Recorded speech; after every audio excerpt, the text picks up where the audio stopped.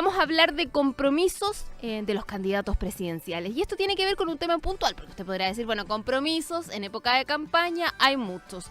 Pero ahora vamos a hablar de compromisos con relación a la generación de empleos de calidad, porque esta ha sido una labor en la que, a la que se ha dedicado a trabajar la Fundación Solidaria Trabajo para un Hermano. Tomamos contacto de inmediato con Jimena Delgado, quien nos acompaña telefónicamente para poder comentar de esta campaña, de los compromisos y finalmente qué es lo que a una semana de la elección se piensa de estas 8 propuestas presidenciales. ¿Cómo estás, Jimena?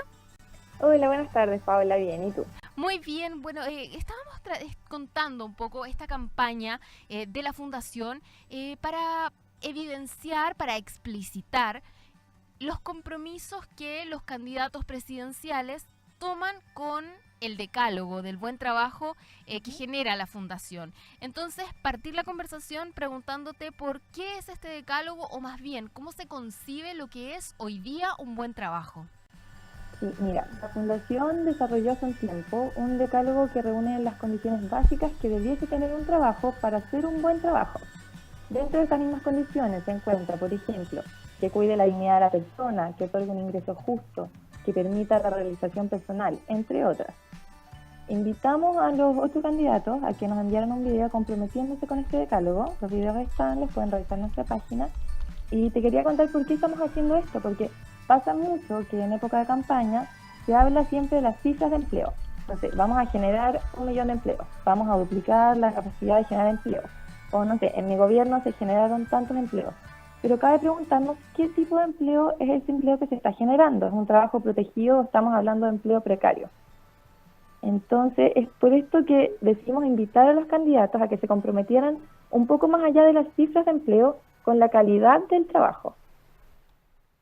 Y bueno, ustedes han hecho esto a través de la página de la Fundación trabajoparaunhermano.com. Han podido detallar esto. Por un lado, que tiene que ver con estos videos de menos de 1 minuto, salvo una excepción, donde los candidatos cuentan y se comprometen en titulares, en el fondo, al tema del trabajo, pero, punto aparte, también han elaborado una tabla comparativa de los programas de gobierno. Finalmente, lo que está escrito y que son estos compromisos con los cuales la ciudadanía después puede ir y decirle a quien resulte electo, mire, usted se comprometió a esto y lo ha hecho o no lo ha hecho. ¿Con qué se han encontrado ahí? Porque una cosa es comprometerse con el buen trabajo y la otra es las formas que estos compromisos toman en el papel. Sí, bueno, invitamos a las personas a revisar esta tabla porque ahí pueden encontrar, por ejemplo, qué medidas se piensan tomar en algunos casos para disminuir la brecha de género. Por ejemplo, hay muchos candidatos que proponen el tema de la sola cuna universal, que es importante, o qué pasa con el cuidado del adulto mayor, que al final es un factor muy influyente en la brecha de género que existe en nuestro país. ¿Qué pasa con la igualdad de remuneraciones? Hay candidatos que están a favor de la ley de cuotas, hay otros que están en contra. Entonces, son bien distintas las posturas y es importante que las personas las comparen. ¿Cuáles son las posturas de los candidatos respecto a las jornadas laborales? Hay algunos que proponen bajarlas a 40, otros que no. ¿Qué pasa con el tema de la reforma laboral? Hay, por ejemplo, un candidato que propone derogar la reforma laboral. Hay otros que proponen expandirla a la negociación por rama. ¿Qué pasa con los sindicatos? Entonces, todo eso es una invitación que nosotros hacemos a que vayan, comparen y las personas voten informadas. Porque por ejemplo, nos pueden decir, vamos a aumentar las vacaciones. Pero ese aumento de vacaciones conlleva también una disminución de los días feriados. Lo que no tiene por qué ser bueno o malo, pero las personas tienen que saber eso. Entonces, nuestro llamado es a que las personas se informen y voten informadas. Así que pueden revisar la tabla y ahí van a encontrarse con varias diferencias entre distintos candidatos en torno a sistema de pensiones, salario mínimo, brecha de género, emprendimiento, etcétera. Jimena, la Fundación trabaja desde hace muchísimo tiempo en torno al trabajo, a los trabajadores, y a cómo equiparar una cancha que cada vez es más desigual. En ese sentido, ¿cuáles son estos puntos fundamentales en los que ustedes creen es necesario avanzar independiente del color político de quien asuma la presidencia del país?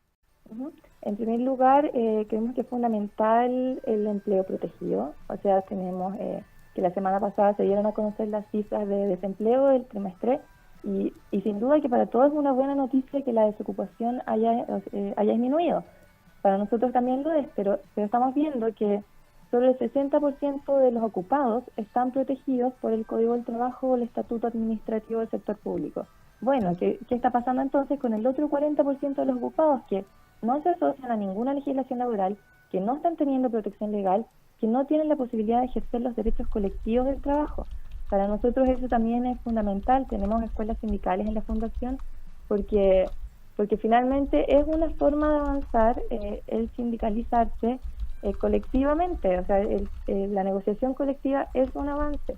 Eh, También que el empleo sea, el ingreso sea justo, o sea, eso es un tema que debiese ser trascendental también. ¿Qué pasa con el salario mínimo en Chile? Porque tenemos un salario mínimo de 270.000 pesos en el que una familia que cuenta con una persona asalariada vive bajo la línea de la pobreza. O sea, para una familia de cuatro la línea de pobreza está en 400.000 pesos, con 270.000 pesos tú eres pobre. Bueno, Entonces son... Uh-huh. Jimena, no, es que pensando en las propuestas que están contenidas en estos programas, hay uno de los candidatos, si mal no recuerdo, el único que habla de elevar esta cifra del salario mínimo a 500.000 pesos.